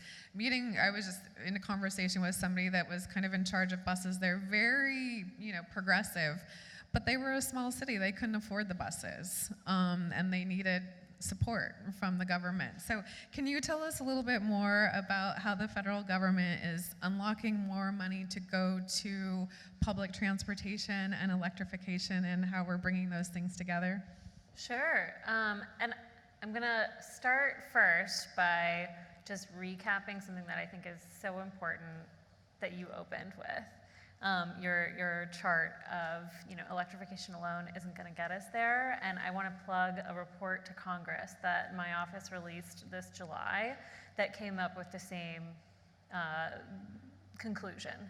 And we have a slightly different version of those charts and graphs, but it ties our economy-wide goal for net zero emissions by 2050, and it ties into that, and it really shows, especially depending on kind of the rate of electrification, you know, having transit, having biking, walking, having compact cities is so important to meeting our climate goals, and that's really going to bring down our carbon emissions from transportation much sooner. So I love that. We appreciate that. And then, yes, I think that one of the things that we have seen, actually, even though we have unprecedented resources through the bipartisan infrastructure law and the Inflation Reduction Act for transit, we know that there are really two issues that are kind of hampering our deployment of electric buses in the United States. And one of those is the procurement issue. We've had, it was kind of funny for me to hear the India numbers, because I was like, oh, hundreds, like that's kind of a lot. We have small cities like in rural Colorado who order 1 or 2 buses. So we also have, you know, like the New York area who I think ordered 800. So that was a very large order, but usually the bus order in the United States is much, much smaller. So one of the things that, you know, we came together with APTA, who's our public transit association, and a lot of the developers and the bus manufacturers with the White House, I think it was earlier this year, and we said, how can we address this procurement issue? And so in our most recent notice of funding opportunity for the Low-No program, which is how we provide grant money for bus electrification and low emission or no emission bus vehicles, we said, really look at group procurements. And we provided an incentive for applications that did take that into account. But more broadly, I'll speak to the low and no emission program and some of the other investments. Earlier this year, we announced $1.5 billion for bus purchases in the United States, and 80% of those were low or no emissions, which, you know, is just an unprecedented amount of funding, and we're really excited. It's going to be years of procurements, and really looking forward to a clean future for transportation in the United States, and we're really excited about that trajectory. That's fantastic. 1.5 million buses, or $1.5 billion. Yes, there yes. we go. 1.5 billion buses wouldn't be I have bad to either. pull up my numbers here. I have the number of orders, but the other thing that I will mention, though, that others have said, operations is really a gap. And while we have these really fantastic resources for purchases, it's 1,100 buses across 47 states. That was the 1.5 billion. But we don't have dedicated operations funding for transit right now. We did, through the CARES Act and the pandemic, provide some operational funding, which was absolutely pivotal to getting us through one of the most dire periods, you know, across the globe for the economy and for people everywhere. And I think that, you know, as we enter a new season for reauthorization, and as we're looking at additional electrification, reducing our gas tax revenues, and thinking long-term about how are we going to fund transportation, I think that, you know, thinking about it holistically and being creative is going to be incredibly important, and making sure that we are supporting transit and having high-quality transit service will ensure that we can make that really part of the future of a clean transportation system. That's great. Yeah, I think, you know, underlying all of what we're doing on public transportation, so many countries have had a real downturn in ridership on public transport, which of course has led to less revenue and less money in the systems. But I think worldwide we are seeing public transportation ridership rebound, and I think also governments around the world are understanding how fundamental it is and how much it needs to be a national funding priority. So we're seeing a lot more conversations move in that direction, and I think we all want to be part of making that happen, which is great. But moving from the national big picture down to, again, where the rubber really hits the road and these vehicles have to plug in, Allison, can you tell us a little bit more? I mean, I think ridership on public transportation here in New York City seems to be completely back to where it was, at least certainly in Manhattan during Climate Week. There seems to be a lot of people here. But yeah, can you tell us a little bit more about the challenges that a big utility like Con Edison has in rolling out charging infrastructure and all of the things that you need to do to make zero-emission electric vehicles happen here? Absolutely. And thanks again for having us. Always love these events in our hometown. So I'm with Con Edison in our e-mobility group. So my team is everything about getting charging infrastructure in, everything from e-bikes, rideshare, private vehicles, all the way up to trucks and buses. So just want to say I really like the framing about e-mobility as a holistic environment transportation system. The urban planner in me really appreciates that, and it's really important. So we've been, working very closely with New York City transit agencies. We've always powered the subway, but now we have kind of this new customer of the public buses. So one thing that's really been successful for us is pre-engagement with bus agencies. Heard a lot of the challenges that they're facing. Funding, how do I operate these? Where do I put them? Where do I charge them? This is really hard. If you think about just one depot, they have to figure out how long are my routes? What size batteries do I need in my buses? Can I charge them all overnight? Do I need to charge them on the way? When I come back, do I need a quick charge in the middle of the day? Can I charge them all overnight? What happens if a bus breaks down? What happens in the winter when I need heating? What happens in the summer? This is all very new, very new technology. So what's been successful for us is as the utility, as we're also learning about what this load means for our system, what is the load profile of an electric bus depot? We have to figure that out so that we can plan for it. Is to talk to them about their plans. So we've been working with, the MTA and other customers, for the last 2 or 3 years about these plans. They might come in and do I need like one huge fast charger for every single bus? Or can we talk about load management, software solutions they can use for staggering charging? Do they put in a lot of infrastructure and spend all their capital dollars? And then what does that mean for operational expenses, which are often 2 different budgets for bus companies? So for us to understand the challenges that they're thinking there, and then to understand how they're phasing. So maybe you have an order for 15 buses just to kind of figure it out. But then you've got this capital plan for more and eventual, full electrification. The last thing we want to do as a utility is build for those first 15, do, an 18-month, let's dig up the street, let's put in transformers, and then they come back 5 years later and, oh, just kidding, that wasn't enough. Now we have to do it again and rip it all out. That is the worst case scenario. Not good for our ratepayers. It's not good for our customers. So really that pre-engagement, working with them as they learn and we learn, so that we can plan for not just 2025, but 2030, 2040, and how do we think about that? And I'll get to this at my next question, but not just at each depot, but for our system as a whole, so that we know about all these loads that are coming. So yeah, it's been a challenge, but learning about this whole new customer segment has been really exciting for us. Yeah, I mean, just a few minor issues of really making it connect, right? I mean, I think one of the first things that we all seem to learn as a community is that there was so much focus on the buses and how much the buses were going to cost and what it was going to take to operate them, that there was not enough emphasis and investment in the charging infrastructure.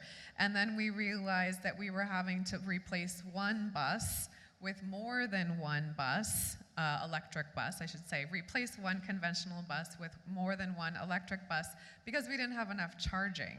And so there's really, you have to think about, again, that ecosystem, that holistic ecosystem of your investment, and make sure that you actually have enough charging infrastructure in the right places so that you can maximize the investment that you've made in your actual fleets and that whole total cost of operation, but also the cost comparison between number of buses as well. And certainly this issue around operations, that your operations really have to change as well. You can't just come in and fill it with fuel anywhere. You got to really think about that.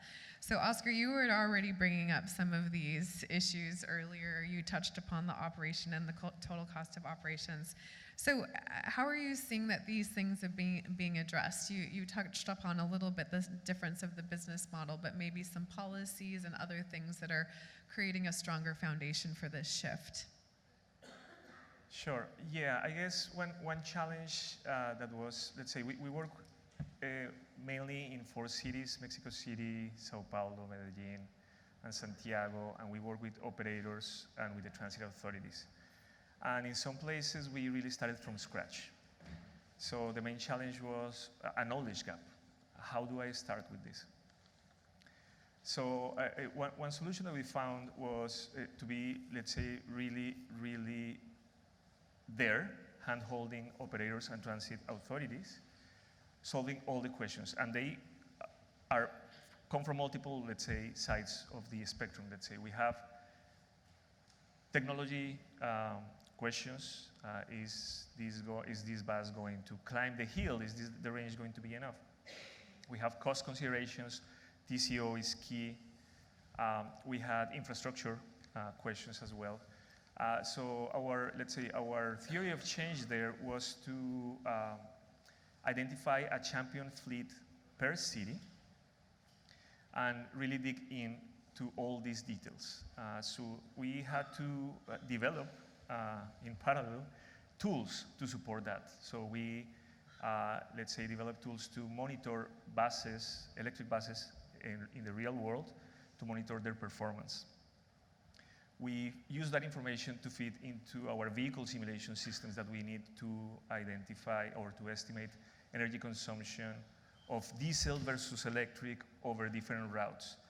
So we ended up having a really robust methodology to identify total cost of ownership per route for these operators. So they could prioritize which routes makes more economic sense, which route is feasible from a technological perspective. Then the question of the infrastructure arose. So we had to develop another tool for that. So we have like a depot sizing tool that, based on the constraints of the bus operations, the charging management, and let's say the power availability at the grid point of that particular depot that we want to electrify, how to size that. So all those questions, sometimes we don't need to answer because we rely on collaboration, because some of these questions have been, let's say, others have solved them. So we really see value on peer-to-peer collaboration between operators. We love Medbus in Santiago. They were the pioneers, and we always invite them to events in which we want to convince other operators that this makes sense, and they end up convinced. And we also facilitated peer-to-peer relations between cities. For example, Mexico City wanted to implement something similar to the business model that was applied in Santiago and Bogota. The conditions of the market were, let's say, not exactly amenable to that, but they figured out a solution. So that also really helps. Excellent.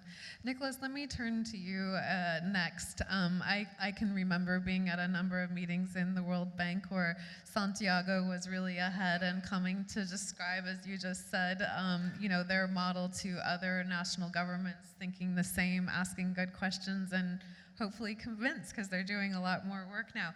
But maybe you could talk a little bit more about some of the trends, getting the incentives right. You alluded to a little bit in your first comments, but maybe to go a little bit more in depth on how the bank helps get those incentives right.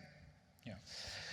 Yeah, so first, I mean, the technology is still evolving very quickly. I mean, one of the key reasons why e-buses became so relevant is because the cost of batteries has been reduced by 90% over the past decade. No? And the expectation is that trend is going to continue.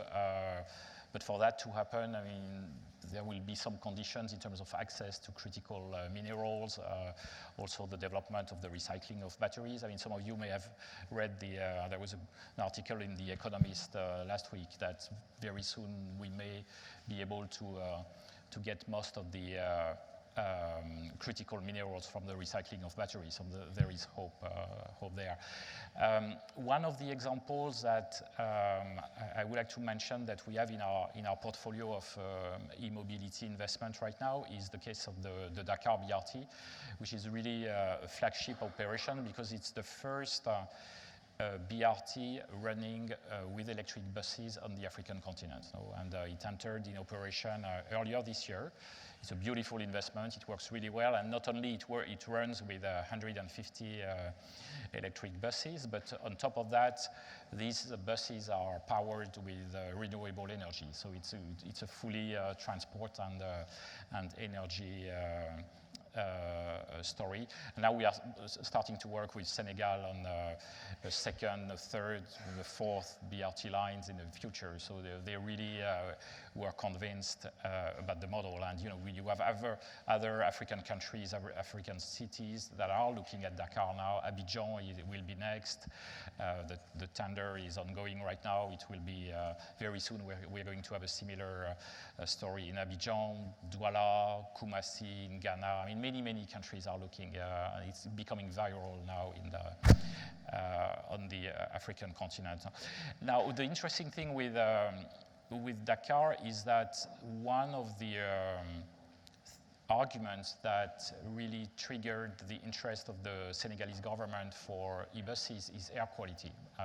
And if you look at China, if you look at India, if you look at Brazil, and that argument about how the technology can bring local benefits. Not only it's good for the planet and because it reduces GHG emissions, it's good locally for the people, and that's a very powerful argument to make for policymakers. No?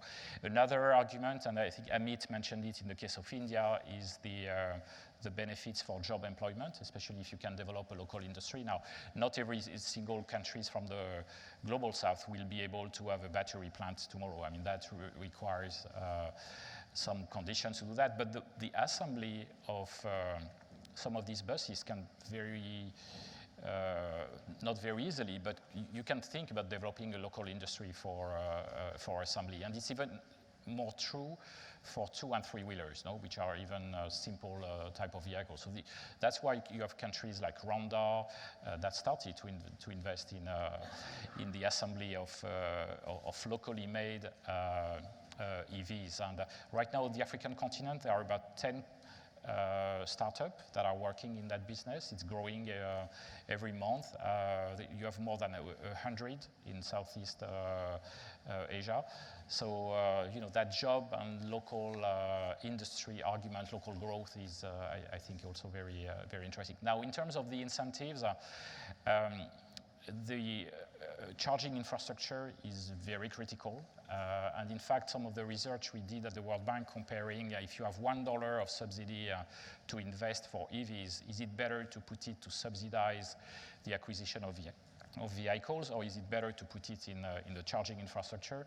And we found it's 5 to 6 times more effective to put it in the charging infrastructure. So, when you think about the incentive, the enabling environment, I mean, obviously the business environment, the business climate will be very key to, if you want to grab those jobs, benefit for your local economy.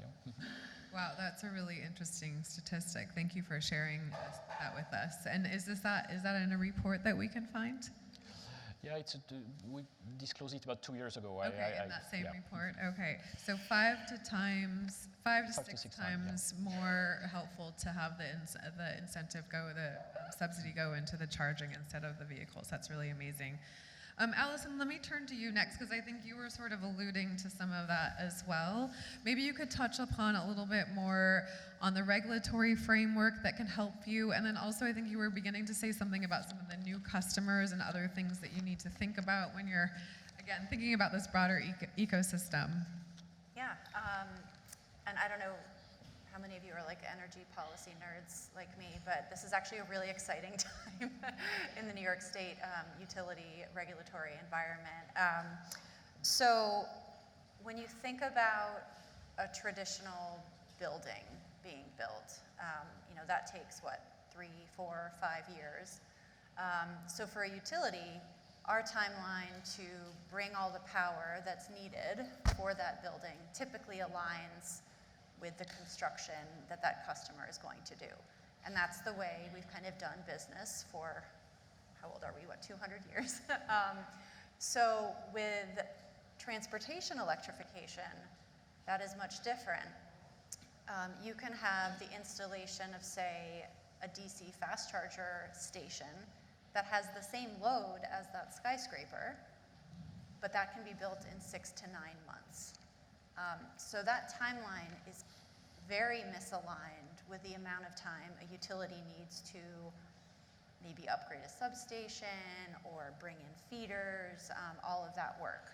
So for the last couple of years, we've been thinking about and working with our regulators on what's the right kind of regulatory framework that will allow us to design and plan and build. Right now, as a utility, we can only build when we get those firm customer plans. So, you come in, you give us a load letter, and we're like, okay, we know this is happening. For transportation electrification, that doesn't work because by the time, let's say, all the school bus depots up in the South Bronx that are all clustered within a 2-mile stretch, if they all come to us at the same time because there's a bus mandate, it's already too late. So the exciting thing, and I promise that it's exciting, is a proceeding called proactive planning in New York State that we had an order about a month ago from our regulators where basically the utilities can now propose projects where we know when and how much load is coming in, particularly in industrial areas. Medium and heavy duty loads tend to cluster. It's almost like chunky peanut butter kind of spread over our service territory. We just don't know exactly when, but we know, in Maspeth, Queens, there's a lot of charging that's coming. So we now have a way to kind of ask permission to build in advance of those projects coming. So that's something that we're actually filing our first projects for that in a couple of months. So huge kind of shift for how New York State, and this is all over the state, all of the investor-owned utilities. So huge shift in New York State on the way that we'll be able to support these loads that are coming onto our system. And one of the ways we try to figure out those loads is talking to these new customers. So the bus depots, the garbage trucks, the fleet operators. When did a utility ever need to go talk to Volvo or Daimler? Never, but now we do. So really trying to understand their business models, what do they think about when they think about TCO, how do they operate, what are they thinking about, and then all of that helps them understand our system, and then it also feeds into this kind of proactive planning that we're doing. So in a year from now, I hope we'll have kind of more of an update on the projects that are underway, but it is pretty exciting here in New York. Well, congratulations, and we hope to all come back in a year and hear about tremendous progress, but it's sort of like the reverse of success, right? If you get a great mandate and everybody comes with demand for your power sector, it's wonderful, but meeting all that demand at the same time is a tall order, a tall challenge. And And you're thinking about that on like the mega scale, right? So can you maybe say a little bit more about how you're really thinking across federal, state, city, industry, and this is all in an effort to really fulfill the broader goals of zero emission commitments by the Biden administration. So maybe say a little bit more about that as well. Sure. So first, I keep thinking about your numbers there, and I had to look at my little grant summary, and I'm like, oh, I think that we kind of aligned with that. So I was mentioning it's $1.5 billion that we did for bus purchases, but our kind of flagship vehicle electrification charging program is $7.5 billion. So it is kind of a similar multiple there. There are a lot of other programs that we have that I could go into, but like figuring out what slice of which grant program is going to what is a little difficult. But yeah, I mean, thinking across the national, state, and local, one of the things that we've found that we just really need to do is provide technical assistance, because even if we provide the money, even if we provide both the charging and the vehicles, kind of figuring out how is this going to work has been really difficult. And so one of the assets that we have is our joint office. It's got both transportation and energy folks, and so we have absolute expertise, people who are deeply knowledgeable about the vehicles themselves and the charging infrastructure, and about procurement, whether that's for school buses or for, and our FTA team is deeply involved too for transit purchases, and working with the utilities, with the state DOTs to make sure that we have that holistic environment to deploy these resources in a way that will happen hopefully as quickly as possible and have the largest impact. Super ambitious, wow. That's really interesting, that comparison. So maybe those of you in the audience looking for a rule of thumb, it is that 5 to 6 times maybe investment in charging versus buses. Like, don't hold us to it, but that seems to be a little bit of a common theme. Well, I know we're running towards the end of our session, and we wanted to give chance for the audience for some Q&A. So if you haven't yet already, please use this QR code to add a question to the lot. You can actually type in your own question. You can vote on the questions that are already here if you'd like those to rise to the top. But maybe I'll just start with this question that is at the top, because I think it kind of touches upon this point of charging versus fleet electrification. And the question is, which I think we're in so many places, we're in a transition, right? So how do you manage a mixed fleet with some gas, some electric as we're transitioning away? What problems do those pose? I don't know who's in the best position to answer that question. Allison, I don't know if you have anything to add there from the utilities perspective rather than the operations perspective. Yeah, and it's so, we do also have a utility fleet of our own. So my team manages on our customers, but we are also transitioning our own fleet. I think this is pretty common actually for people to, they're not gonna like turn their whole fleet over, if they're not sure. So I think it's pretty common to just, kick the tires, as it were. I think the phasing from like a utility and customer perspective is, how do you do that phasing? How do you put it into your regular vehicle retirement schedule? So I think it's just tricky to figure out, but it seems to be pretty common for people to kind of put their toe in. Please, go ahead. Yeah, no, just to confirm that, and perhaps we can make a difference between a greenfield and a brownfield investment. No? So, for example, the Dakar BRT, I mean, that was a complete greenfield. So there you can start, from the start, go 100% electric. If you, in the case of Sao Paulo, that I think, Clarice, you mentioned earlier, I mean, the largest fleet in Latin America, 16,000 buses. You want to introduce electric buses. I mean, you are forced to introduce electric buses progressively, and I think they started by tranches of 1,000 buses as they have to renew some of the buses. And that's also a way to pilot, to learn from the from the experience. I mean, Lagos, which has been also one of the first BRT program in Africa, has introduced a couple of electric buses because they wanted to learn how to operate and what's the ecosystem they have to build around it. So yeah, that's how it works usually. Anybody else? No? Yeah, I would just to draw on that, I think, it's so common that cities are just getting a few buses and trying it out.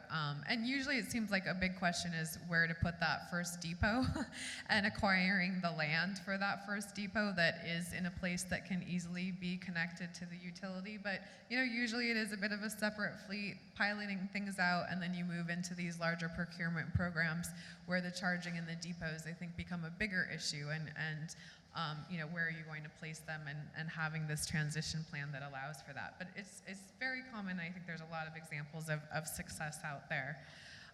Maybe I think there was another question here about what do we do with the batteries when we're done with them, with buses? And I think this is also an area that we're just exploring in the whole sector.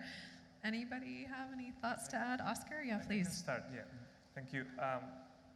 I guess after that life, you need to dispose of them. They still have value because you can recycle them. They have very valuable materials. So it is very, very interesting to figure out the economics of that. If it makes, when it makes sense to recycle, when it makes sense to use in second-hand applications, and there is a lot of entrepreneurship around that. And one thing that I want to highlight is when we have been monitoring real-world performance of electric buses in Latin America and elsewhere, we still have difficulties getting access to data channels that you only in Spanish, but they don't broadcast publicly in the ECU system, in the CAN bus, around the state of health.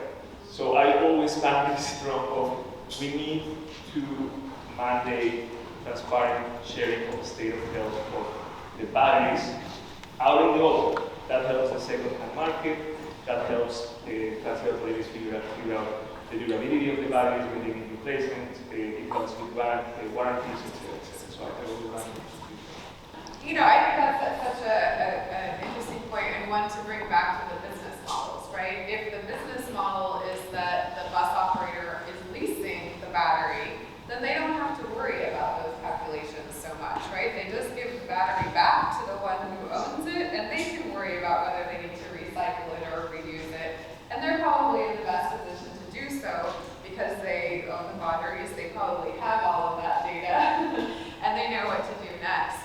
So I think that's one really important point to bring out there. And then the second one I think that is so interesting is as cities are trying out those pilots and buying those buses and then scaling their programs and buying the batteries, that they often don't know that in that negotiation they need to make sure that they have access to the data. So even the cities themselves often don't have access to the data, and so it's really hard for them to know how to improve their operations and the rest. And again, it's those contracts in the beginning where you have to get all the business models right, but also very simple things like access to data so that you can improve your fleet management along the way. So maybe some things to tie to the earlier conversation.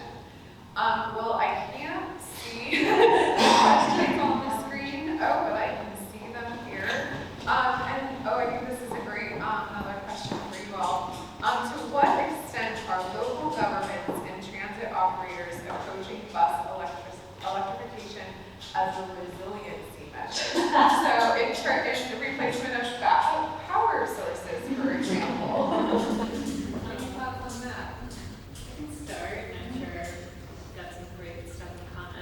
We've actually funded a number of really fantastic projects that are kind of new bus depots that focus on electric charging that have mini-grid components and are actually part of a broader community resilience plan.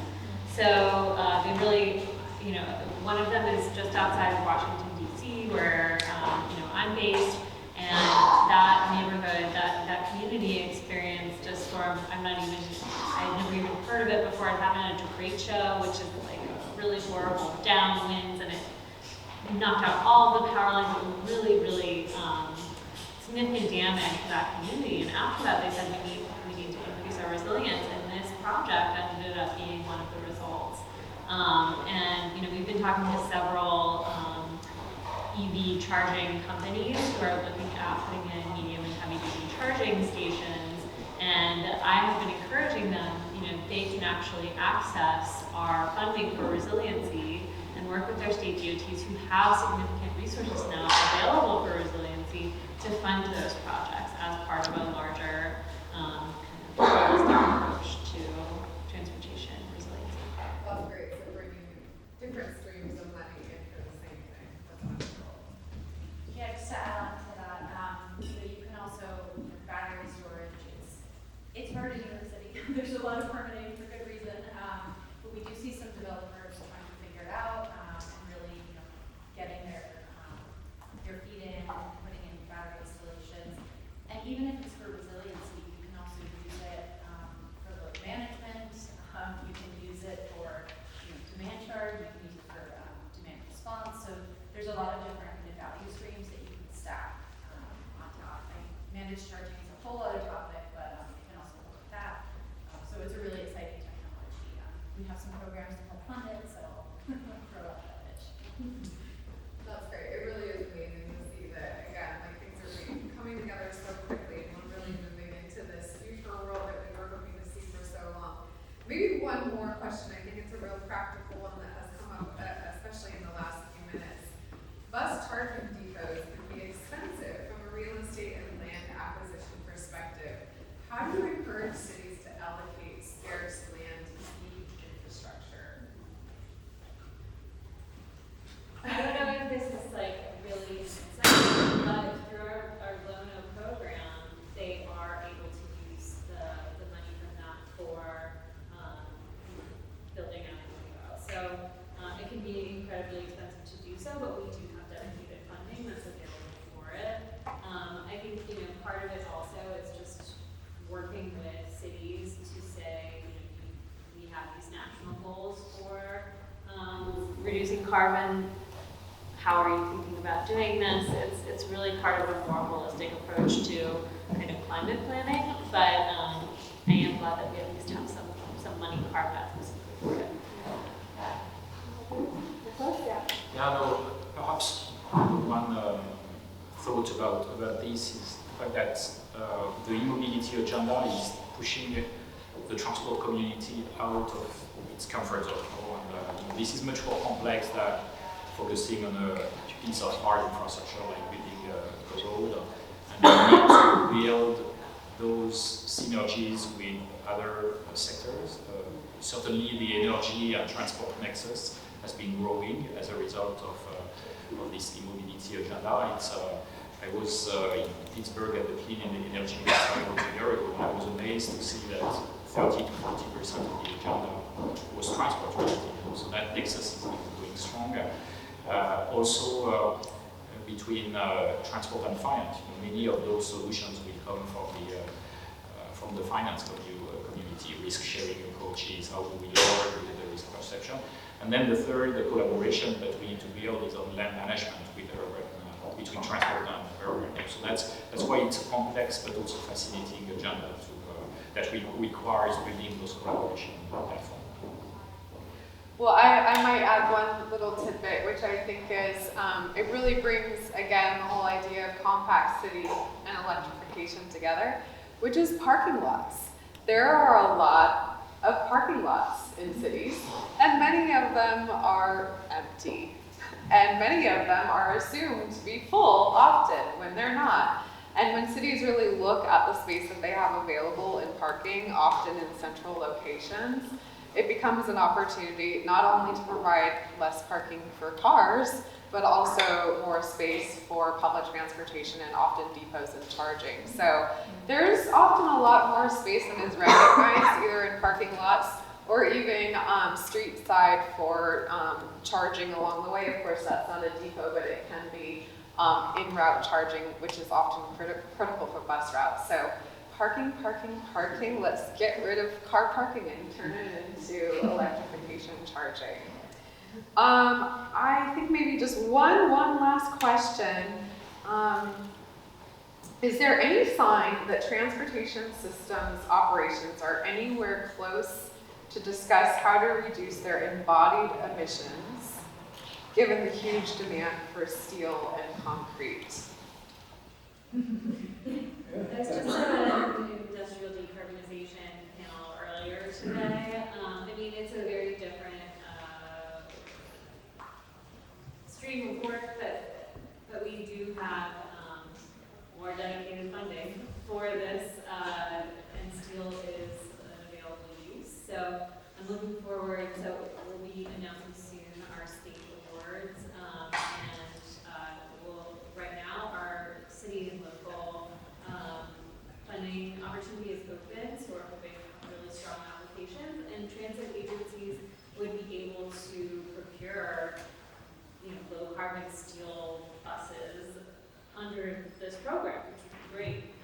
So we are trying to provide that demand signal. How it all shakes out is still to be seen, but there's a pathway. Great. Anybody else?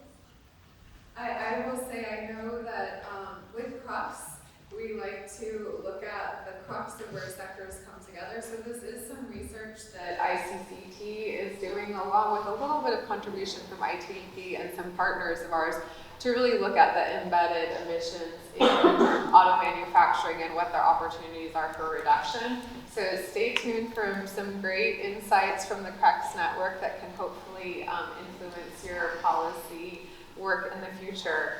Well, with that, which being a very thorny question at the end, which I think we absolutely need to address, because again, that Compact City Electrified report that I mentioned earlier really did look at the embedded emissions in, especially in our road building and bridge building, which is something that we often overlook, and it is so important. So that was a great question to kind of bring the whole holistic picture together. Thank you for being here, and thank you very much for my panelists, this panel and the previous panel.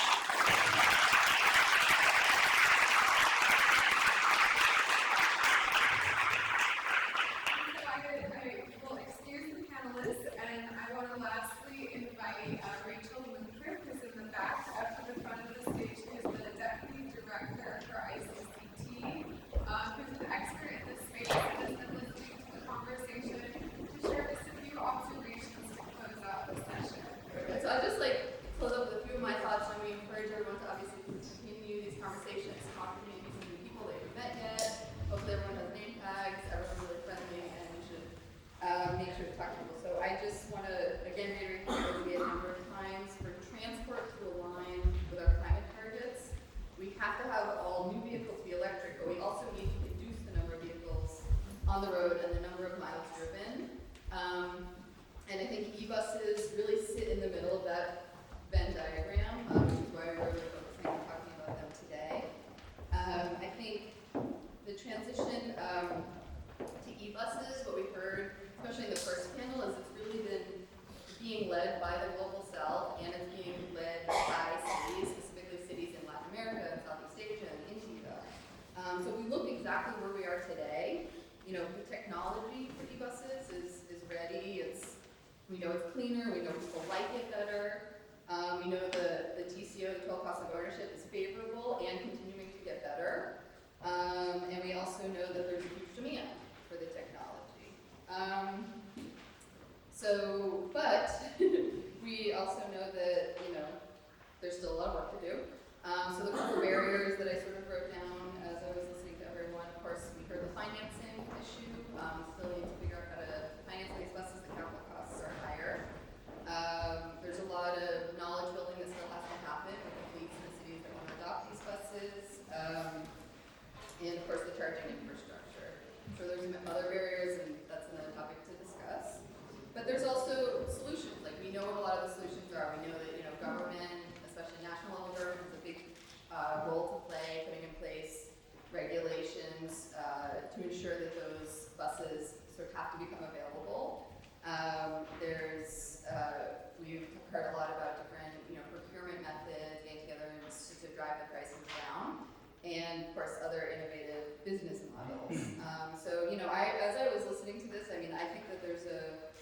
a chance that buses could potentially be like feasibly the first sector to fully electrify many countries and cities, if not globally. So that'll be interesting. I was kind of we're gonna do a little poll to see which country you thought would be the first one to have a fully electric bus fleet. Can't do that now, so maybe that's another topic to discuss.